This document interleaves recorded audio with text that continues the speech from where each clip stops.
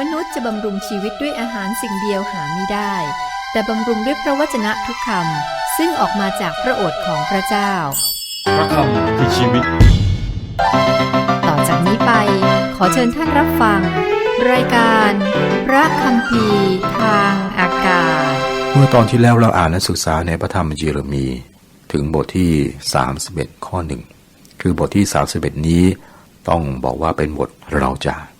เพราะมีคำว่าเราจะอยู่15ครั้งและผู้ที่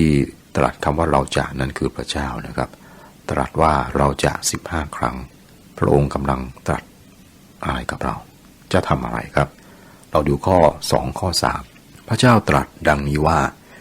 ชนชาติที่รอดตายจากดาบได้ประสบพระกรุณาคุณที่ในถิ่นทุรกันดารเมื่ออิสราเอลแสวงหาการหยุดพักพระเจ้าทรงปรากฏแก่เขาจากที่ไกลตรัสว่าเราได้รักเจ้าด้วยความรักนิรันดร์เพราะฉะนั้นเราจึงมีความรักมั่นคงต่อเจ้าสืบไปนี่เราก็มีเหตุผลว่าพระเจ้าจะให้ชนชาตินี้คืออิสราเอลกลับสู่แผ่นดินผมเชื่อว่าพระเจ้ามีน้ำพระทัยที่จะนำคนอิสราเอลสู่แผ่นดินนั้นในเวลาของพระองค์และตามแผนการของพระองค์และในพระประสงค์ของพระองค์ครับพื้นฐานคือสิ่งนี้ครับคือเราได้รักเจ้าด้วยความรักนิรันดร์ข้อนี้เป็นข้อที่มีคนชอบมากที่สุดในพระคำของพระเจ้าข้อหนึ่งมีคนถามว่าพระเจ้ารักคนเหล่านี้ได้อย่างไรคำถามที่ดีครับแต่ให้เราขยายให้กว้างออกไปว่าพระเจ้ารักเราได้อย่างไรพระองค์ตรัสว่าเพราะว่าพระเจ้าทรงรักโลกไม่เพียงแต่รักคนอิสราเอลครับรักโลกนี้รักท่านและผมมันง่ายครับที่จะตำหนิคนยิวและคนยิวก็มีเรื่องที่ศึกษาแล้วแหมน่าเห็นใจและน่าตำหนิด้วยครับแต่พระเจ้าตรัสว่าเราได้รักอิสราเอลด้วยความรักนิรันดร์ไม่มีอะไรที่ท่านทำได้ในเรื่องนี้ครับพระเจ้าตรัสว่าอย่างนั้นแทนที่จะตำหนิคนอื่นเราต้องหันมาพิจารณาตัวเราเองในสายพระเนตรของพระเจ้าเราเป็นคนบาปหนาเท่ากับคนที่ยังไม่เชื่อพระเจ้าเพราะคริสต์สิ้นพระชนม์เพื่อประทานความรอดให้แก่เราด้วยเหตุนี้ครับอย่าจำกัดที่เพียงไม่กี่คนและบอกว่าพระเจ้ารักพวกเขาได้อย่างไรพระเจ้ารักท่านรักผมได้อย่างไรเราควรประหลาดใจว่าพระเจ้ารักเราได้รักเจ้าด้วยความรักนิรันดร์คำว่านิรันดร์นี้ต้องยอมรับนะครับผมรู้น้อยมากเกี่ยวกับความหมายของคำนี้คงจะเป็นเวลาที่นานมากนะครับรักคืออะไรคำอธิบายเดียวที่มีว่าทำไมพระเจ้ารักเรานั้นไม่ใช่ว่าพระองค์เห็นว่าในตัวเรามีอะไรที่ดีในด้านการประพฤตินะที่สมควรที่จะรักแต่ว่าพระองค์รักเราครับท่านยอห์นเขียนเอาไว้ใน1ยอห์นบทที่4ข้อ10ว่าความรักที่ข้าพเจ้าพูดถึงนี้ไม่ใช่ที่เรารักพระเจ้าแต่พระองค์ทรงรักเรานั่นคือความรักของพระเจ้าต่อเรามาจากความรักและไม่มีเหตุผลอื่นนอกจากนี้แต่ว่าอยู่ในพระเจ้าและคงอยู่ในพระเจ้าดังนั้นพระคริสต์อยู่ในพระเจ้าเป็นศูนย์กลางของความรักข้อ8ดูเถิดเราจะนำเขามาจากแดนเหนือและรวบรวมเขาจากส่วนที่ไกลที่สุดของพิภพมีคนตาบอดคนขาเขยกอยู่ท่ามกลางเขาผู้หญิงที่มีครรภ์และผู้หญิงที่คลอดบุตรจะมาด้วยกันเขาจะกลับมาที่นี่เป็นหมู่ใหญ่คงจะเป็นการดำเนินงานที่ยิ่งใหญ่มากครับจนพระองค์ควรจะทิ้งคนตาบอดและคนขาเขยกไว้และนำเฉพาะคนร่างกายแข็งแรงสมบูรณ์เท่านั้นแต่พระเจ้าตรัสว่าไม่ใช่ครับไม่ใช่พระองค์นำมาหมดเลยนะครับข้อ9เขาจะมาด้วยการร้องไห้และเราจะนำเขากลับมาด้วยการเล้าโลมใจเราจะให้เขาเดินข้ามลำธารน้ำในทางตรงซึ่งเขาจะไม่สะดุดเพราะเราเป็นบิดาแก่อิสราเอลและเอฟราฮิมเป็นบุตรหัวปีของเราเป็นบิดาแก่อิสราเอลและเอฟราฮิมเป็นบุตรหัวปีของเราพระเจ้าไม่เคยตรัสว่าพระองค์เป็นบิดาของคนอิสราเอลคนใดครับพระองค์ตรัสว่าโมเสสผู้รับใช้ของเราและดาวิดผู้รับใช้ของเราแต่เมื่อพระเจ้าตรัสกับทั้งประเทศโดยรวมครับพระองค์ตรัสว่าเราเป็นบิดาแก่อิสราเอลข้อ10บรรดาประชาชาติเอ๋ยจงฟังพระวจนะของพระเจ้าและจงประกาศพระวจนะนั้นในแผ่นดินชายทะเลที่ห่างออกไปจงกล่าวว่าท่านที่กระจายอิสราเอลนั้นจะรวบรวมเขาและจะดูแลเขาอย่างกับผู้เลี้ยงแกะดูแลฝูงแกะของเขาขอบคุณพระเจ้าครับที่พระองค์ประทานให้เรามีภารกิจทางรายการวิทยุนะครับที่กระจายเสียงก็ได้ยินคนจากแดนไกลนะในเมืองไทยถ้าเป็นคือรายการพระคัมภีร์ทางการนี้ออกอากาศหลายประเทศนะครับ ก็มีหลายภาษาก็คนทั่วโลกนะครับพระเจ้าก็เป็นผู้ดูแลฝูงแกะพระองค์รักอิสราเอลและพระองค์ทรงพิพากษาพวกเขาตลอดหนังสือของเยเรมีครับมีข้อความแห่งความยินดีแต่ก็มีข้อความแห่งความโศกเศร้าพระเจ้าพิพากษาอิสราเอลแต่พระองค์ก็ตรัสไว้ว่าท่านที่กระจายอิสราเอลนั้นจะรวบรวมเขาและจะดูแลเขาอย่างกับผู้เลี้ยงแกะดูแลฝูงแกะของเขาและผู้เลี้ยงจะดูแลฝูงแกะของเขาจริงๆครับพระเจ้ายังตรัสไม่เสร็จนะครับข้อ13ข้อ14บอกว่าแล้วพวกพรหมจารีจะเปรมปรีในการเต้นรำและคนหนุ่มกับคนแก่จะรื่นเริงเราจะกลับความโศกเศร้าของเขาให้เป็นความชื่นบานเราจะปลอบโยนเขาและให้ความยินดีแก่เขาแทนกันไว้ทุกเราจะเลี้ยงจิตใจของปุโรหิตด้วยความอุดมสมบูรณ์และประชากรของเราจะพอใจด้วยของดีของเราพระเจ้าตรัสดังนี้แหละฮาเลลูยาครับยกมือขึ้นนะรู้สึกว่าอยากจะตบมือครับพระองค์ตรัสว่าพระองค์จะทำต่ออิสราเอลสภาพปัจจุบันนี้ของประเทศอิสราเอลนั้นก็น่าเห็นใจนะครับมีปัญหา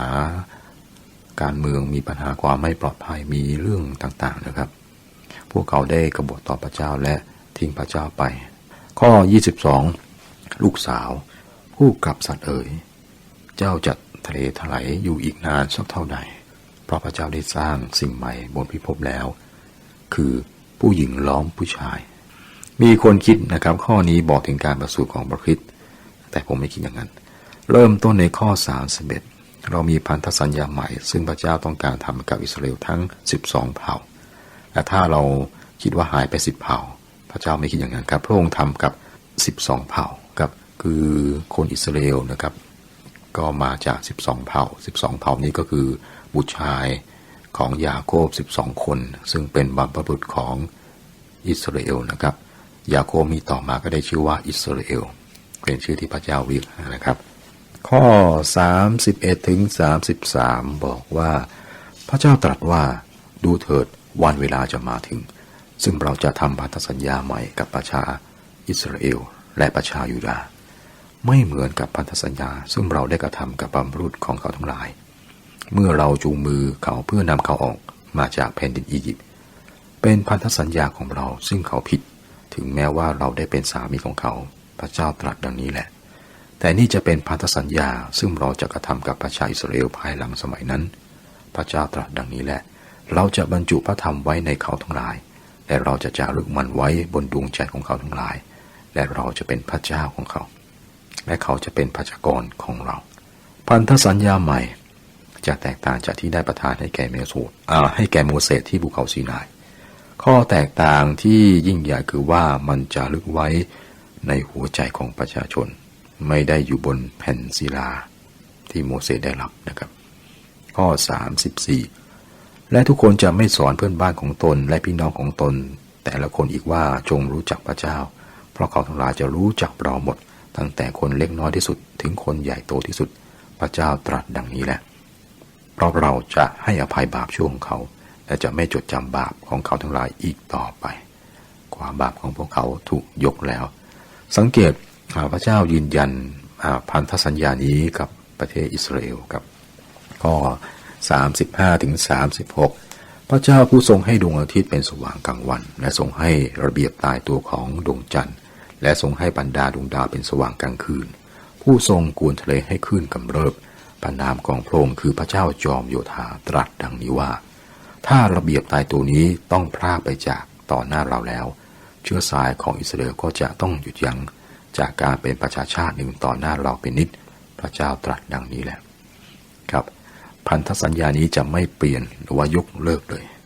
เช่นเดียวกับที่เราไม่สามารถเปลี่ยนวงโคจรของดวงจันทร์หรือดึงให้มันออกจากฟ้าหรืออะไรแล้วแต่นะครับพันธสัญญาของพระเจ้าต่ออิสราเอลก็จะไม่เปลี่ยนแปลงไปด้วยพระเจ้าตรัสว่านี่เป็นพันธสัญญานิรันดร์ครับต่อไปเป็นบทที่32เยเรมีซึ่งติดคุกอยู่กับซื้อที่ดินบทที่32เนี่ยเยเรมีอยู่ในคุกกรุงเยรูซาเล็มก็ถูกล้อมโดยกษัตริย์เนบูคัดเนซาร์แห่งบาบิโลนครับแต่ว่าเยเรมีก็ซื้อที่ดินผืนหนึ่งในอานาโทษข้อ1ข้อ2พระวจนะซึ่งมาจากพระเจ้าถึงเยเรมีในปีที่10แห่งเซเดคียากษัตริย์ของยูดาห์ซึ่งเป็นปีที่18ของเนบูคัดเนซาร์ ครั้งนั้นกองทัพของกษัตริย์แห่งบาบิโลนกำลังล้อมกรุงเยรูซาเล็มอยู่และเยเรมีผู้เผยชนะถูกขังอยู่ในบริเวณทหารรักษาพระองค์ซึ่งอยู่ในพระราชวังของกษัตริย์แห่งยูดาห์สังเกตว่าเยเรมีได้บอกเวลาครับมันเป็นปีที่10แห่งเซเดคิยาเป็นปีที่กษัตริย์เนบูคัดเนซัรทรงทำลายกำแพงเยรูซาเล็มและทำลายเมืองนี้เป็นวันที่มืดมิดจริงๆครับข้อ7ดูเถิดฮานามเอลบุตรชัดลูมอาของเจ้าจะมาหาเจ้าและกล่าวว่าจงซื้อนาของข้าพเจ้าซึ่งอยู่ที่อาณาโทษเพราะว่าสิทธิของการไถ่ด้วยการซื้อนั้นเป็นของท่านพระเจ้าตรัสกับเยเรมีว่าเยเรมีจะมีโอกาสได้ซื้อที่ดินจากญาติของท่านที่ชื่อฮานามเอลข้อ9และข้าพบาทก็ซื้อนาที่อาณาโทษจากฮานามเอลลูกพี่ลูกน้องของข้าพบาทและได้ชั่งเงินให้แก่เขา17เชเคลในช่วงเวลาที่มืดมิดที่สุดในประวัติศาสตร์ของยูดาห์กองทัพบาบิโลนก็ล้อมกรุงเยรูซาเล็มมาหลายปีแล้วครับแล้วก็แม้ถ้าบุกได้ทลายกรุงประตูเมืองได้ครับจะมีเหตุการณ์สยดสยองมากมายเยเรมีได้ซื้อที่ดินครับนี่คือเวลาขายที่ดินทำไมเยเรมีจึงซื้อที่ดินผืนนี้ในตอนนี้มันทำให้ประชาชนเห็นว่าท่านเชื่อว่าพระเจ้าจะทรงให้กลับมายังแผ่นดินนี่คือเรื่องที่น่าทึ่งมากแต่เยเรมีมีคำถามซึ่งยากเกินกว่าที่ท่านจะตอบและในข้อต่อไปท่านนำคำถามนี้มาอธิษฐานต่อพระเจ้าข้อ16ข้อ17หลังจากที่ข้าพบาทมอบโฉนดการซื้อให้แก่บารุคบุตรเนริยาแล้วข้าพระบาทได้อธิษฐานต่อพระเจ้าว่าข้าแต่พระเจ้าคือพระองค์เองผู้ได้ทรงสร้างฟ้าสวรรค์และแผ่นดินโลกด้วยฤทธานุภาพอย่างยิ่งของพระองค์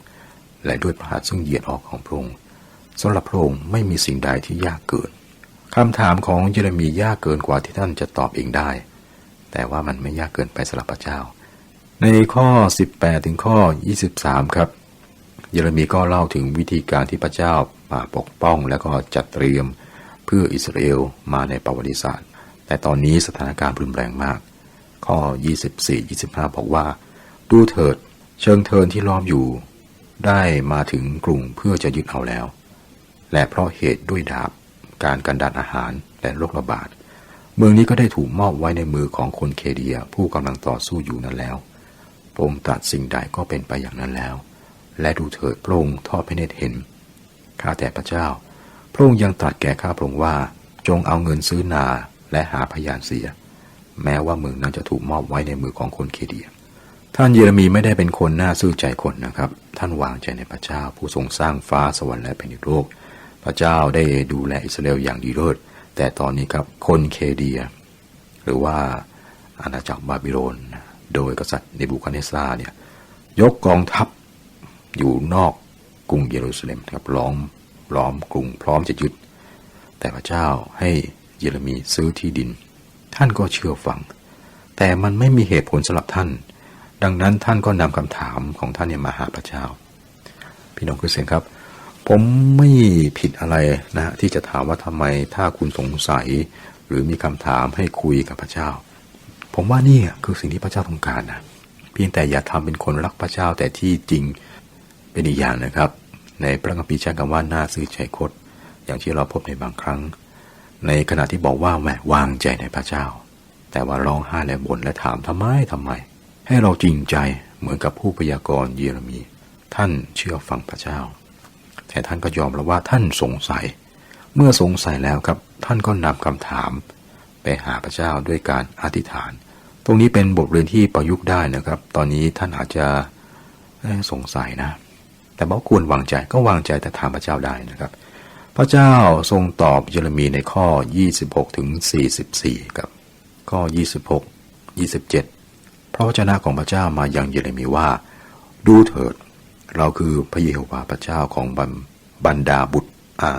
เราคือพระเยโฮวาห์พระเจ้าของบรรดามนุษย์และสัตว์ทั้งสิ้น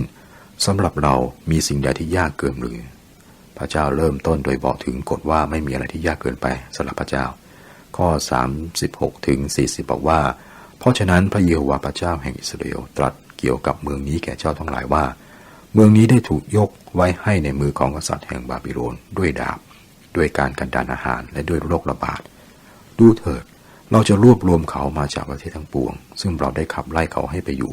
ด้วยความกริ้วด้วยความพิโรธและด้วยขึ้นโกรธของเรานั้นเราจะนำเขาทั้งหลายกลับมาอย่างที่นี่และจะกระทำให้เขาอาศัยอยู่อย่างปลอดภัยเขาทั้งหลายจะเป็นประชากรของเราและเราจะเป็นพระเจ้าของเขาเราจะให้ใจเดียวและทางเดียวกับเขาเพื่อเขาจะยำเกรงเราอยู่เป็นนิดเพื่อเป็นประโยชน์แก่เขาและแก่ลูกหลานของเขาที่ตามเขามาเราจะกระทำพันธสัญญานิรันดร์กับเขาทั้งหลายอันว่าเราจะไม่หันจากการกระทำความดีแก่เขาทั้งหลายและเราจะบรรจุความยำเกรงเราไว้ในใจของเขาทั้งหลายเพื่อว่าเขาจะมิได้หันไปจากเราพระเจ้ามอบกรุงเยรูซาเล็มนี้ให้กับคนเคเดียและในเวลาของพระองค์เองพระองค์ก็จะช่วยกรุงนี้จากคนเคเดียด้วยครับข้อ41-42บอกว่าเราจะเปรมปรีในการที่จะกระทำความดีแก่เขาและเราจะปลูกเขาไว้ในแผ่นดินนี้ด้วยความมั่นด้วยสุดใจของเราและสุดจิตของเราเพราะพระเจ้าตรัสดังนี้ว่าเราได้นำเอาความร้ายยิ่งใหญ่มาเหนือชนชาตินี้ฉันใดเราก็จะนำความดีทั้งสิ้นซึ่งเราได้สัญญาไว้นั้นมาเหนือเขาฉะนั้นเวลานี้ครับพระเยโฮวามอบประเทศยูดาห์ให้กับการพิพากษาในอนาคตพระองค์จะมอบพวกเขาให้กับพระเมตตานี่คือพระสัญญาของพระองค์ครับเมื่อเราไปหาพระเจ้าและให้พระองค์ทราบว่าเรารู้สึกอย่างไรพระองค์จะหนุนใจเราเหมือนอย่างที่ทรงทำแก่เยเรมีพระเจ้าต้องการให้ท่านมาหาพระองค์ครับจบบทที่32หวังว่าคงได้รับความรู้นะครับเกี่ยวกับการศึกษาพระธรรมเยเรมีเราศึกษามาตั้งแต่คำนำเบื้องหน้าเบื้องหลังและก็บทที่1มาจนถึงบทที่32นะครับพระธรรมเยเรมีเป็นหมวดของการพยากรณ์ขอพระเจ้าอวยพรสวัสดีครับ